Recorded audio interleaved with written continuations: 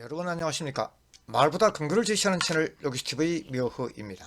네, 오늘은 11주차 건설 안전 리포트 제출 시간을 갖도록 합니다. 여러분, 도시 사람을 품다, 도시 안녕하십니까 라는 영상물입니다.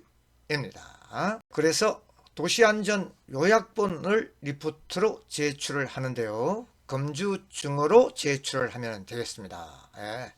그래서 다음은 국토교통과학기술진흥원에서 제작된 34분짜리 영상물을 여러분들이 영상물 도시안전을 시청하신 뒤에 내용을 양식에 따라 요약하여 리포트로 제출해서 올려두시면 되겠습니다. 여러분, 예, 그래서 다음 장 좀 구체적인 내용으로 한번 보시고 영상물로 들어가도록 하겠습니다. 네, 도시안전 요약본 리포트 제출, 도시 사람을 품다 도시 안녕하십니까 라는 영상물입니다.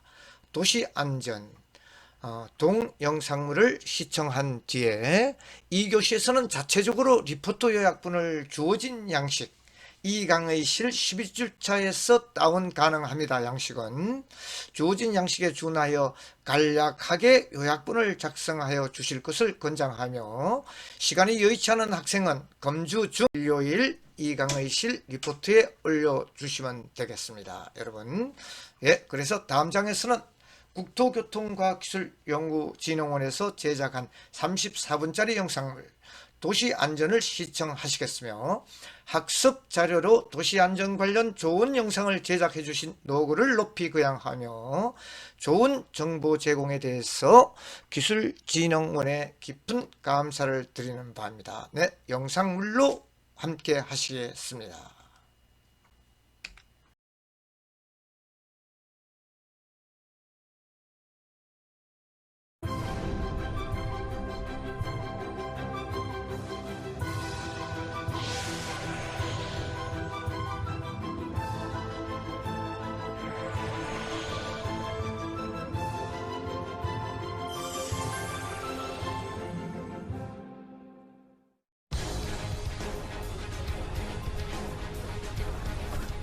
언제 어디서 일어날지 모르는 도시 곳곳의 지뢰. 오늘날 도시는 산업화로 인해 각종 재난재해가 끊이지 않는 곳에 살고 있다. 그래서 누군가는 도시가 사람의 안전을 위협한다고 말한다. 하지만 한편으론 우리를 위험으로부터 안전하게 지켜주는 곳 역시 바로 이 도시다. 이렇게 언제나 두 가지 얼굴을 가진 주인공, 도시. 당신은 도시에 대해서 얼마나 알고 있는가? 하나, 둘, 셋.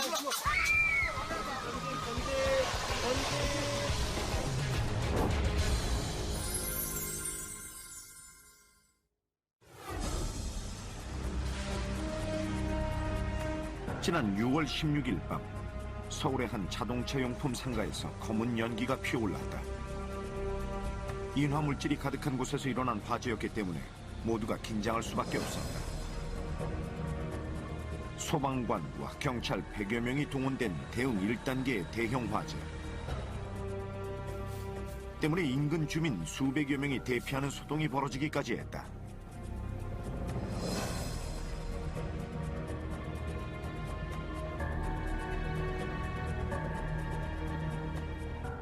연기가 자욱해서 무슨 고기 구멍나에서 나와 보니까 그게 아니더라고요. 그러더니 이 연기가 꽉 차더니 그때 갑자기 폭발하더니 이제 그때 불길이 솟아올랐죠. 자칫하면 커다란 인명피해가 예상되었지만 다행히 큰 인명피해 없이 마무리되었는데,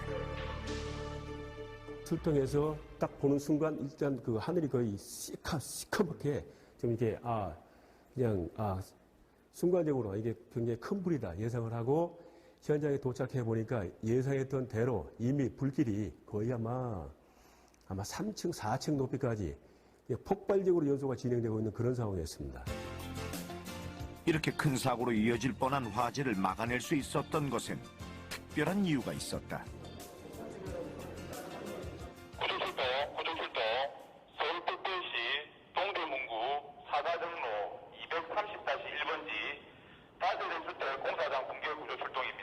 내부에 공사 인부 다수가 매몰된 상태라니까 그 전 차량을 가능한 속히 비발하고 그 선착되는 비자격 시 상황 보고하고 인명구제에 최우선할 수 있도록.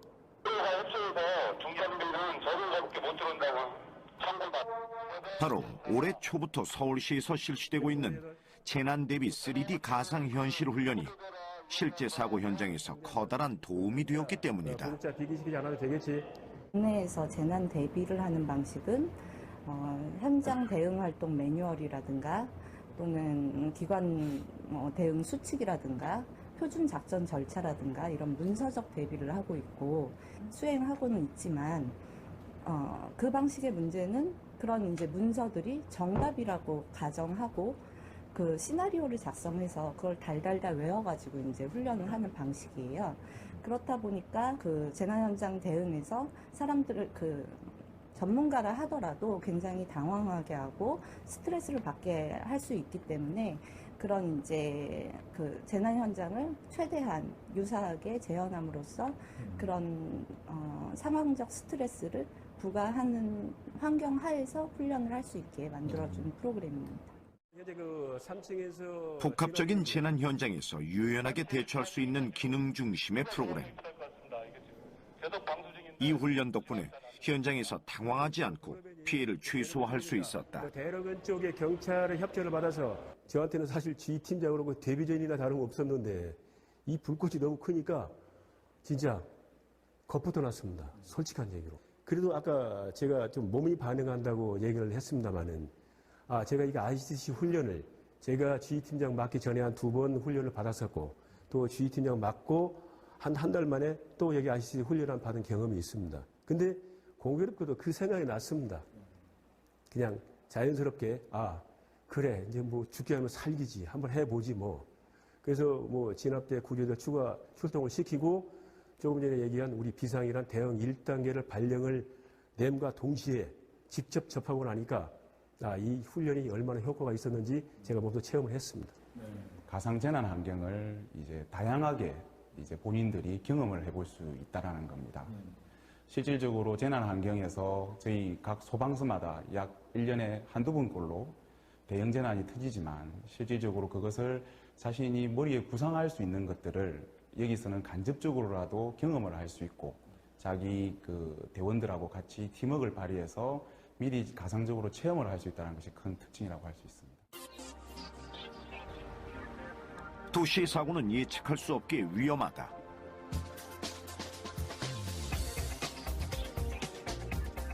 특히 최근에 자주 발생되는 도로 함몰 사고는 눈으로 보이지 않는 상황에서 발생하는 사고다.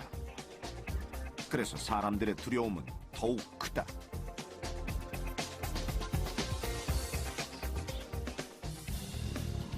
하지만 이제 도로 함몰에 대한 공포가 조금씩 사라져가고 있다. 서울시가 집안의 동공을 미리 예측할 수 있는 시스템을 도입, 사고 예방에 힘을 기울이고 있기 때문이다. 요 버스가 하는 역할은, 요 장비가 하는 역할은 동공이 의심되는 지역을 파악하는 장비고, 요 밑에 보이는 요 박스는 멀티 채널 GPR이라고 그래가지고 일종의 의료기기로 생각하면 엑스레이랑 같은 원리라고 생각을 하시면 됩니다. 땅속을 전자파로 계속 주고받으면서 이상, 그러니까 빈 공간이 있으면은 그 부분에 대한 반사 신호가 다르게 나타납니다. 그 부분을 이제 파악하는 장비라고 보시면 됩니다.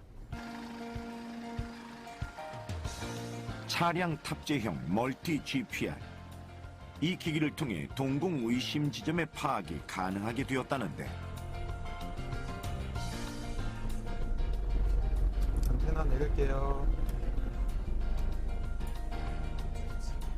여기서부터 측정 시작하겠습니다. 네. 이렇게 차량을 타고 동공이 있는 곳을 지나가면 도로 하부에 빈 공간이 있는 것을 파악할 수 있다는 것이다. 평면 GPR 영상에서는 부분적으로 이제 강한 반사 신호는 진한 색깔로 나오게 됩니다. 그리고 이제 단면으로 봤을 때 영상이 찌그러진 산 모양, 여기 화면에서 보시면은 이런 모양으로 나오게 됩니다. 그 진한 평면 영상입니다. 평면 GPR 영상은 부분적으로 진한 색이 나오고 여기에 대한 단면 영상입니다. 단면 영상에서는 약간 찌그러진 산 모양, 약간 쌍곡선 모양인데 찌그러진 쌍곡선 모양 이런 형태로 나오게 됩니다. 그렇다면 흔히 말하는 싱크홀, 도로 함몰은 무엇일까?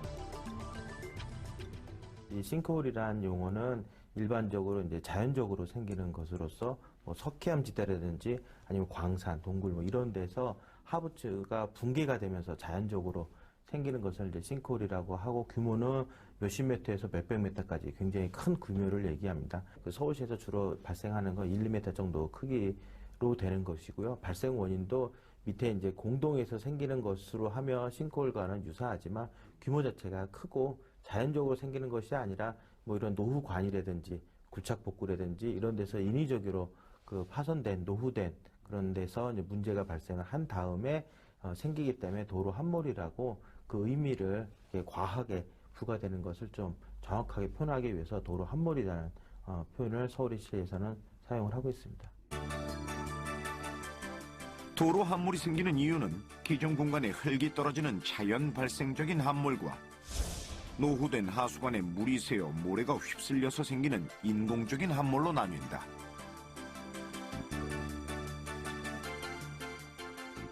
그리고 1차 GPR 신호 분석을 통해 도로 함몰 위치가 파악되면 그 후엔 2차 조사가 진행된다.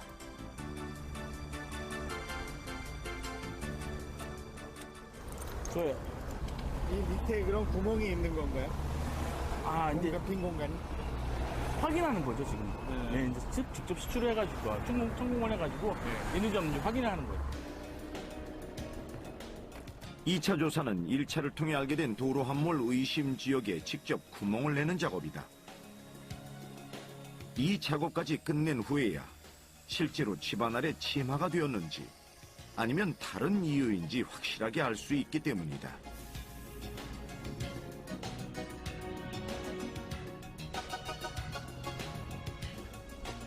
하지만 구멍을 뚫어서도 쉽게 공사를 결정할 수는 없다. 관로가 있을까봐, 50cm 이후는 관로가 있을 가능성이 있어가지고, 웬만하면 시출 안 하거든요. 성공을 안 하거든요. 네. 그러면 조사할 때는 관로가 있는지는 안 나오나 보네요. 관로가 있는지는 나오는 경우도 있고, 안 나오는 경우도 있고, 그런데요. 저희가 이제 안테나 방향에 따라서 그 관로 방향이, 이쪽 방향 관로는 잘 나오는데, 이쪽 방향 관로는 잘 안 나옵니다. 우리 45cm까지 한번 시출을 해보고요. 만약에 이제 그 50cm 정도부터 50cm 하부에 있는 동공들은 위험성이 좀 없거든요. 그래가지고 오늘은 덮어놓고 다음에 또 한번 조사를 해봐야죠. 이처럼 몇 번의 조사를 거듭해 굴착 공사 여부를 결정해 대처해 나간다. 그리고 이러한 세밀한 과정을 통해 서울시는 지난 2월부터 각 지역의 도로를 탐사. 그리고 이러한 작업을 토대로 서울 시내 도로 함몰 상태에 관한 데이터를 구축 중이다. 맨홀에서 하수관하고 연결되는 그 연결부위가 이제 파손이 된 걸로 아마 추정이 돼요.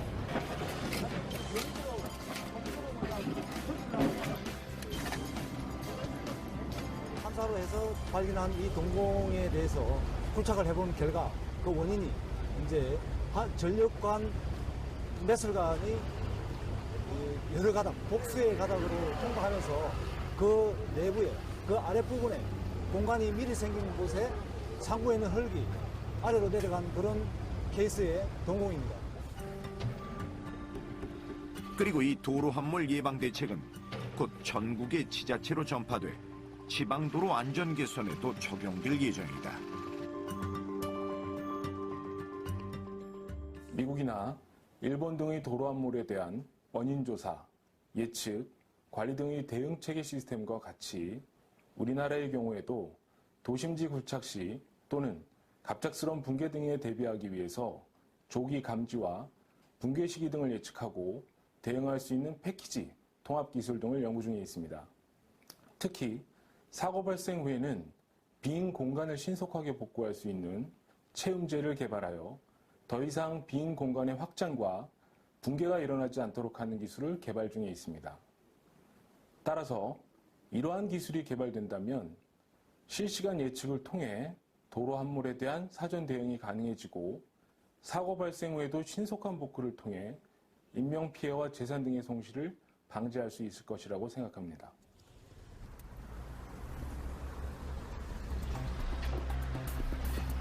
산업화된 사회에서 안전을 위협하는 요인 중 하나는 아이러니하게도 산업화가 낳은 기계화의 부작용들이다.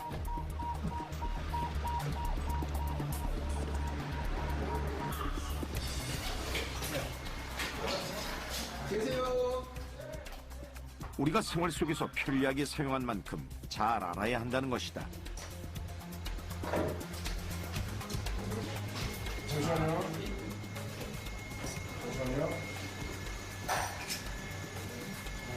한 번씩 좀 내려오실게요. 네, 내려오세요. 여기 머리 조심하세요. 여기 있다고? 재밌어 없었어요.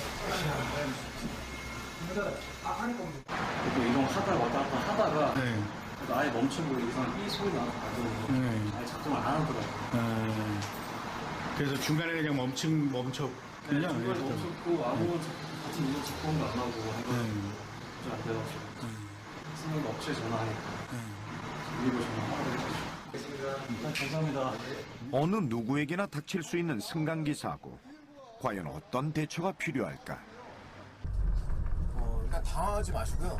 당황하시면은 약간 흥분하셔가지고 공기가 안 통한다고 말씀하시는 분도 있고 그러더라고요. 근데 전혀 그렇진 않거든요. 뭐 엘리베이터가 중간에 고장났다고 멈췄다고 해도 뭐 떨어질 확률이나 그래서 뭐 화재가 난 이상 그게 아닌 이상 질식할 경우는 없어요. 산소 공기는 잘 통하고 그렇기 때문에 침착하시고 거기 엘리베이터에 나와 있는 번호로 119에 먼저 신고를 하시든지 아니면 비상벨 눌러가지고 그 건물 관리하는 분한테 미리 알려가지고 조치를 받을 수 있도록 해야 돼요. 침착하는 게 제일 중요합니다. 그렇다면 실제로 승강기 사고는 왜 일어나는 것일까? 엘리베이터가 움직이는 공간이 수직에서 움직입니다. 그리고 보시는 것처럼 로프에 매달려 있는 상태이기 때문에 이런 제동기가 고장이 나거나 아니면 로프가 어떤 원인에서 일시다발적으로 동시다발적으로 다 끊어졌다. 그러면 엘리베이터는 사람이 타고 있는 칸은 중력에 의해서 자연하게 할 수밖에 없죠. 근데 그 자연하게 하는 거를 방지해 주는 게 바로 보시는 것처럼 이렇게 조속기라고 하는 안전장치입니다. 그래서 저 조속기가 있기 때문에 엘리베이터는 절대 추락할 수가 없는 거죠.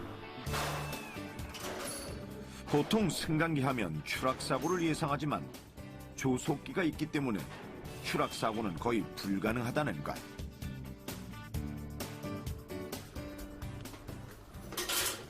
기계실에서 캐치를 작동시켜 보셨죠? 그래서 캐치가 로프를 잡는 걸 아마 보셨을 거예요. 그러면 이 로프를 잡게 되는 겁니다. 기계실에서. 그러면 얘는 안 움직이고 꽉 잡히고 칸을 내려가게 되면 이 로프는 어떻게 될까요? 위로 올라옵니다. 이런 식으로. 이 로프가 밑에 이 레일을 잡아주는 쐐기랑 연결이 돼 있어요. 이게 올라오면 쐐기가 이렇게 물어주는 거죠. 네. 그래서 엘리베이터가 추락하지 않도록 해주는 장치. 자, 라이트!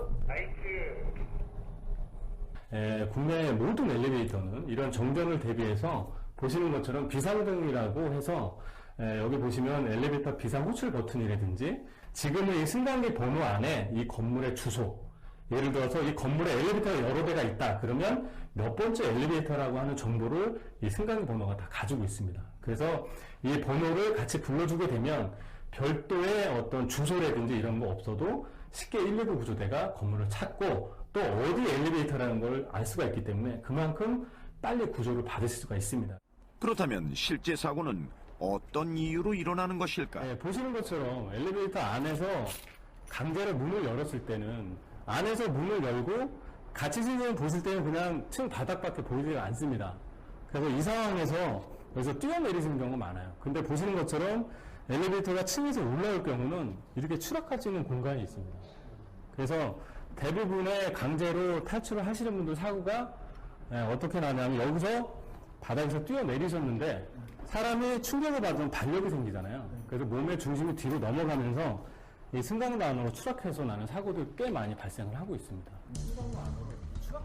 이것은 곧 미리 사고를 예방할 수 있다는 뜻이기도 하다. 여기가 이제 엘리베이터 제일 밑 바닥인 거예요. 그래서 여기 이제 하부고요. 네. 근데 예를 들어서 15명이 타야 되는 승강길에 16분이 탔어요. 그러면 한 분 때문에 부저가 옵니다. 삐! 근데 그런 경우 많으실 겁니다. 옆으로 자리를 한번 옮겨봐. 이렇게 해가지고. 그래서 저 고무가 사람이 많이 타게 되면 고무가 눌립니다. 고무가 눌리게 되면 이 스위치를 작동을 시키면 근데 만약에 한 분이 왔다 갔다 하게 되면 저 방진 고무 눌린 양이 약간 차이가 발생할 수가 있습니다. 약간 뭐라 그럴까요? 좌우 기울기가 틀려지면서 이 스위치가 순간적으로 복귀되는 경우가 있어요. 그렇게 되면 일단 부저가 울리는 거는 과적이 됐다는 얘기인데 좌우로 움직이셔서 과적이 된 걸 해지를 하시고 인위적으로 이용을 하시는 거니까 과적이 된 상태에서 엘리베이터가 운행이 되기 때문에 굉장히 안 좋은 상황으로 운행이 되는 거예요. 기본 수칙을 잘 이행하고 실천하는 것. 그것이 바로 안전을 위한 첫걸음이다. 자연재난 역시 다르지 않다. 도시를 위협하는 대표적인 자연재난, 지진. 우리나라는 지진 피해에서 벗어나 있다고는 하지만 만일을 위한 연구들이 진행 중이다.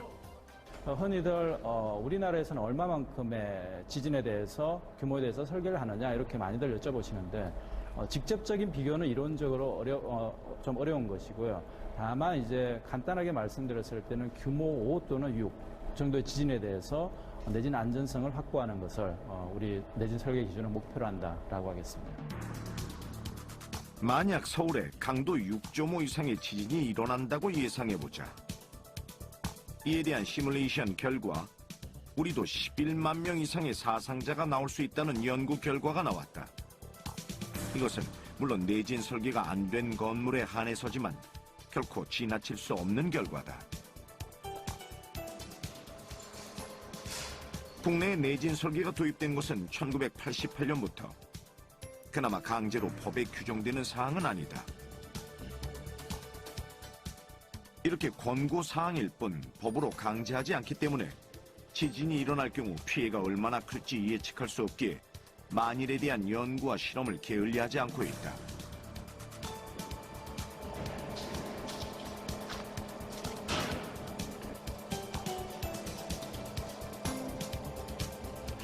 지금은 기둥 뒷면에도 지금 그 힘균열이 나고 있어. 첫 번째는 이제 기존의 그 설계 방법들을 개선하는 거. 그러니까 이제 선진국에 갈수록 건물 자체의 붕괴보다도 이제 안에 들어있던 재산에 대한 피해를 최소화시킬 수 있는 방법들. 그러니까 뭐 이 천장이 떨어진다든가 아니면 뭐 다른 소위 구조적인 아닌 걸로 손에 이르는 그런 걸 좀 최소화하는 방법들에 대한 연구가 있고, 두 번째는 이제 기존 건물을 어떻게든지 이제 취약부를 보강하는 방법들. 그래서 지금도 많이 이제 실무자들이나 뭐 현장에서 보강하고 있는데 그게 이제 좀 질서가 없어서 우리 연구진을 통해서 좀 합리적이고 과학적이고 또 경제적인 그 보강 방법들을 제시해서 그거를 이제 지침도 만들고 기준 만드는 작업을 하고 있습니다. 현재의 상황에서 시급한 건 내진 설계가 되지 않은 건물에 지진을 견딜 수 있는 기술을 보강하는 일이다. 때문에 이 성능 보강 기준 측정 실험의 성공 여부는 무엇보다 중요하다.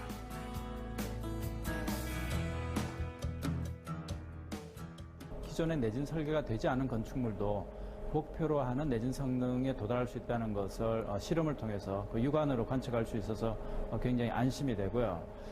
좀 더 나가자면 현재 내진 보강을 하는 데는 1제곱미터당 대략 한 10만 원 정도의 비용이 들기 때문에 민간 건축주들은 좀 많이 주저하는 것이 사실입니다. 이 개발된 보강공법은 기존 공법보다 좀 경제적이고 또 가장 최소한의 보강을 하기 때문에 이 공법이 실제 착용화된다면, 적용된다면 굉장히 많은 건축물들의 내진 성능 개선에 사용될 수 있지 않을까 그렇게 기대가 됩니다. 대부분 지진이 발생하지 않는 미국 동부라든지 유럽, 저희와 비슷한 프랑스라든지 독일이라든지 이런 나라들과 비교했을 때 저희가 뭐 더 높다든지 더 낮다든지 하기보다는 비슷한 정도를 유지하고 있고, 그 나라들의 그 도시화율이라든지 도시의 인구 밀집도 또 생활 수준 이런 걸 고려했을 때 지금의 그 내진 설계 기준은 적정하다고 생각을 하고 있는데요.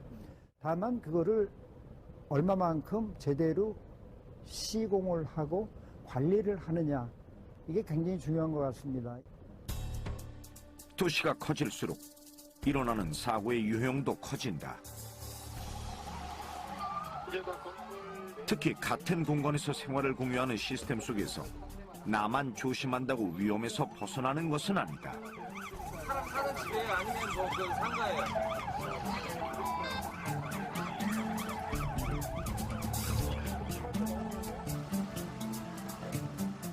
특히 한 번 발생하면 주변 모두에 씻을 수 없는 피해를 주는 화재 사고. 그렇기 때문에 어떠한 신고도 지나칠 수 없고 눈으로 확인해야 하는 수고가 뒤따른다. 화재 신고를 받고 출동했는데 선착대가 먼저 확인한 결과 음식물 조리 중인 걸로 확인됐습니다. 아, 그래요? 예. 음식물 조리 중인데 연기가 많이 났었는 거죠? 예, 뭐 태워 먹을 수도 있으니까요. 가끔가다 뭐 사골 같은 거 많이 태우더라고요. 만약 사람이 밀집된 고층 건물에서 화재가 일어난다면 어떤 일이 벌어질까? 부산 항만소방서의 박상훈 대원. 그는 어떤 현장에서라도 침착함을 잃지 않는 베테랑이지만 몇 년 전 인생에서 가장 위험했던 사고와 마주한 적이 있었다.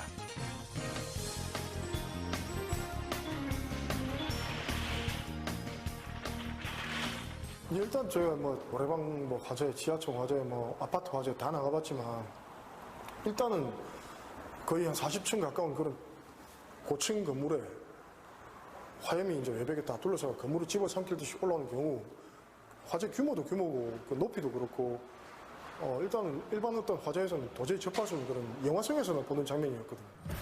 처음 화재가 발생한 지 30분이 채 지나지 않아 옥상까지 불길이 이어졌던 대형 사고를 겪었기 때문이다.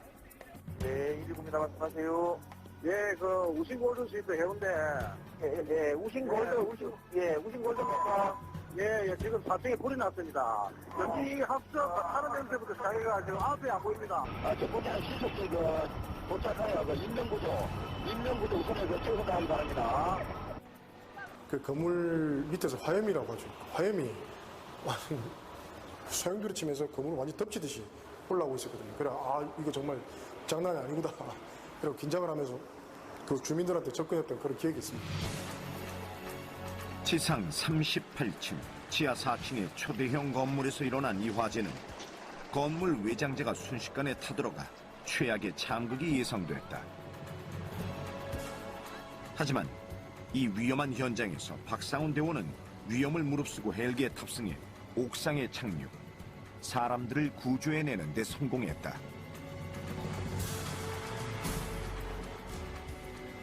그 당시 이제 우신골드에서 구조를 했을 때는 일단은 헬기에서 조종하시는 조종사분들하고 제가 내려간 타이밍하고 그다음에 연기가 올라오는 화염이 오는 타이밍 3박자가 맞았기 때문에 저희가 그렇게 신속하게 구조를 할 수 있었지, 만일에 화염이 올라오고 연기가 헬기를 감싸는 그런 상황이었으면 헬기에 접근이 안 됐겠죠. 그러니까 연기가 지금 방향으로 오는데 어디로 불지, 화염이 어디로 날아올지 알 수 없지 않습니까? 그러니까 굉장히 어렵다고 위험하다고 보시면 되겠습니다.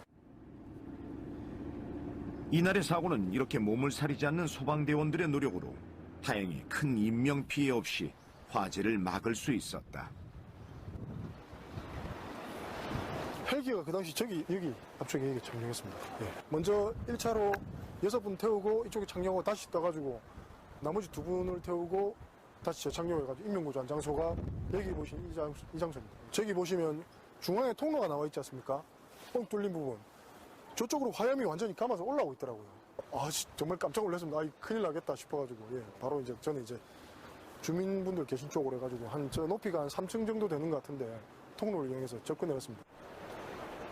어떻게 대처하느냐에 따라 피해의 정도도 달라지는 화재 사고. 안전 감수성이라고 해야 됩니까? 어떤 내가 이런 지나가면서 어떤 위험한 공간이나 물건을 봤을 때 이거 위험하겠다. 한번 치우자. 이거 위험하겠다. 이게 왜 위험하죠? 신고를 한다든가. 그런 안전 감수성이라고 하죠. 그런 걸 좀 평상시에 길러두시면 좀 좋지 않을까. 제가 소방관이다 보니까 주민들 보면 안전불감증이 아직도 지나가다 보면 그런 게 많이 있거든요.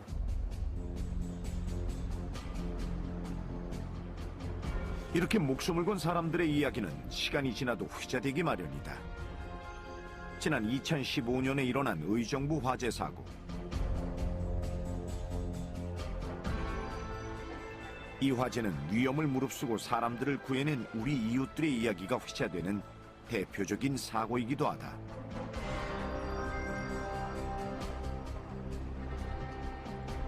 저희가 투입됐을 당시에는 그 최초 발화진 대본그린 아파트는 거의 전소되다시피 하고 있는 상황이었고요.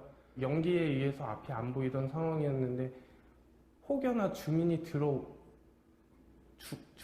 갇혀 있다는 그게 사실일까봐 걱정이 됐던 부분이었고, 그 주민을 얼른 대피시켜야겠다, 같이 대피시켜야겠다, 그 생각에 공포라기보다는 다급함이 우선이었던 것 같습니다.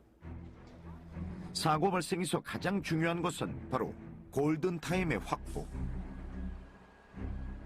화재가 일어나게 되면요, 갑자기 화재가 커지는 순간이 옵니다. 이게 플래시오버라고 그러는데요. 그게 이제 처음에 화재가 붙었다가 서서히 커지다 갑자기 확 커지는 그 시기가 있거든요. 그 시기가 보통 대부분 되면 5분에서 한 8분 정도 사이가 됩니다. 그건 이제 공학적으로 우리가 플래시오버라고 그러고요. 그 시간대에 맞춰서 그 플래시오버를 지연을 시켜주는 겁니다. 화재 공학이라는 거예요. 지연을 시켜주면은 그만큼 사람이 피난할 수 있는 시간이 많아지잖아요.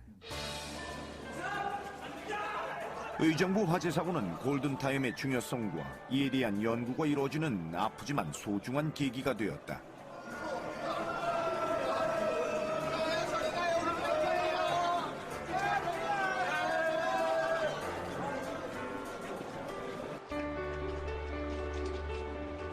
그리고 세상은 결코 혼자선 살아갈 수 없다는 평범한 진리를 깨우쳐주기도 했다.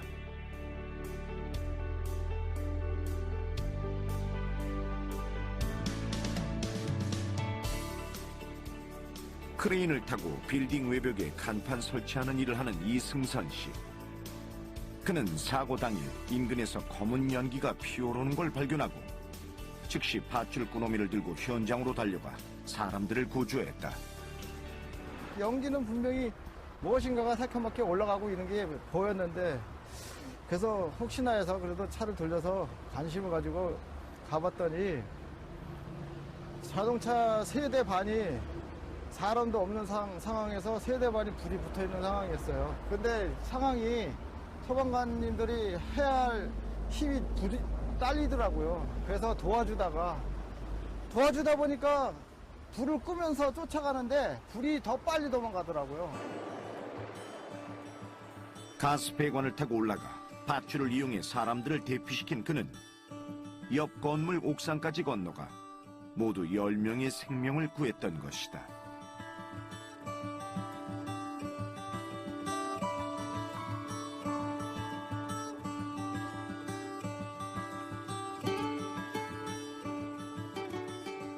네 사람을 잘 내리다 보니까 시뮬레이션이 필요 없습니다.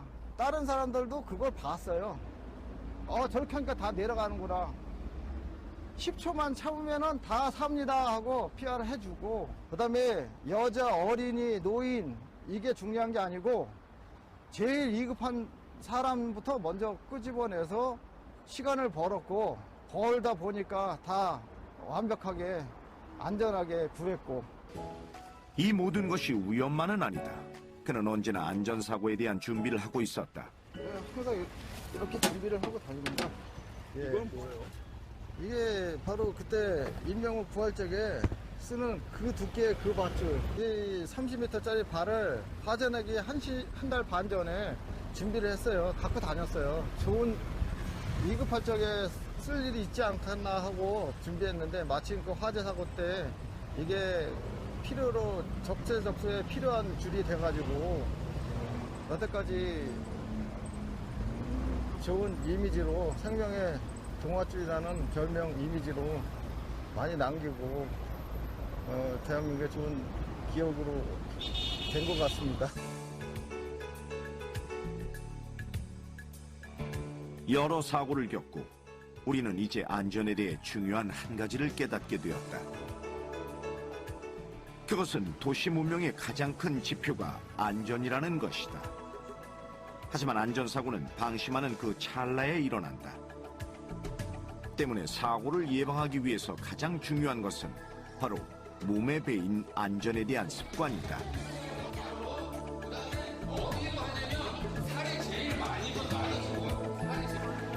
눈으로 보는 안전이 아닌 몸으로 익히는 안전.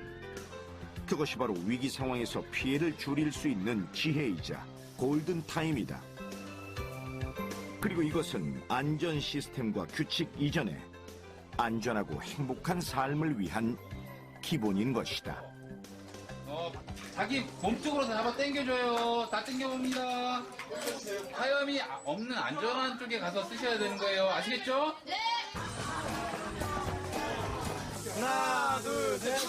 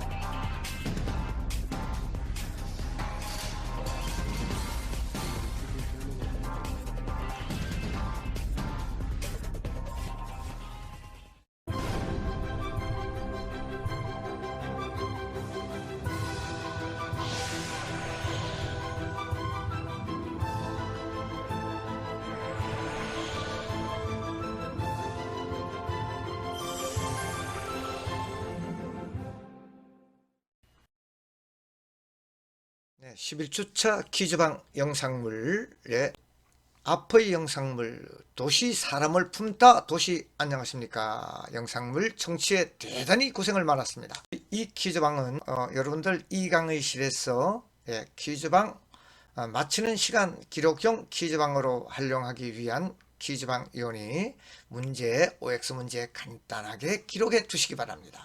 퀴즈방 OX 문제 첫 번째, 우리가 사는 도시는 각종 재난재해가 끊임없이 일어나고 있는 위험이 항상 도사리고 있는 곳이며 한편으로는 우리를 위험으로부터 지켜주는 것 또한 도시라고 말할 수 있다. 정답은 O. 두 번째, 도시는 이러한 두 얼굴을 가지고 있는 것이니 평소 생활 속에서 우리가 도시 안전에 관한 관심을 가지고 일상생활에 임하는 것이 바람직하다. 이 역시 정답은 O. 입니다. 기공지한 바와 같이 동영상에서도 출석 댓글 인사말과 각종 종료 댓글 퀴즈풀이 꼭 남기시고 학번 남기시고 나가셔야 영상물 청취한 근거가 되는 것이죠. 여러분, 뒷장 도시안전 요약본 리포트 제출이죠. 영상물 시청하신 후 2교시에서는 자체적으로 리포트 요약본을 주어진 양식에 준하여 간략하게 작성하여 주실 것을 권장하며 시간이 여의치 않는 학생은 검주 중 이강의실 리포트 제출 항목에 올려주시면 되겠습니다. 검주 중 일요일까지입니다. 여러분 매우 수고 많았습니다. 12주차에서 여러분들 뵙도록 하겠습니다. 안녕히 계십시오.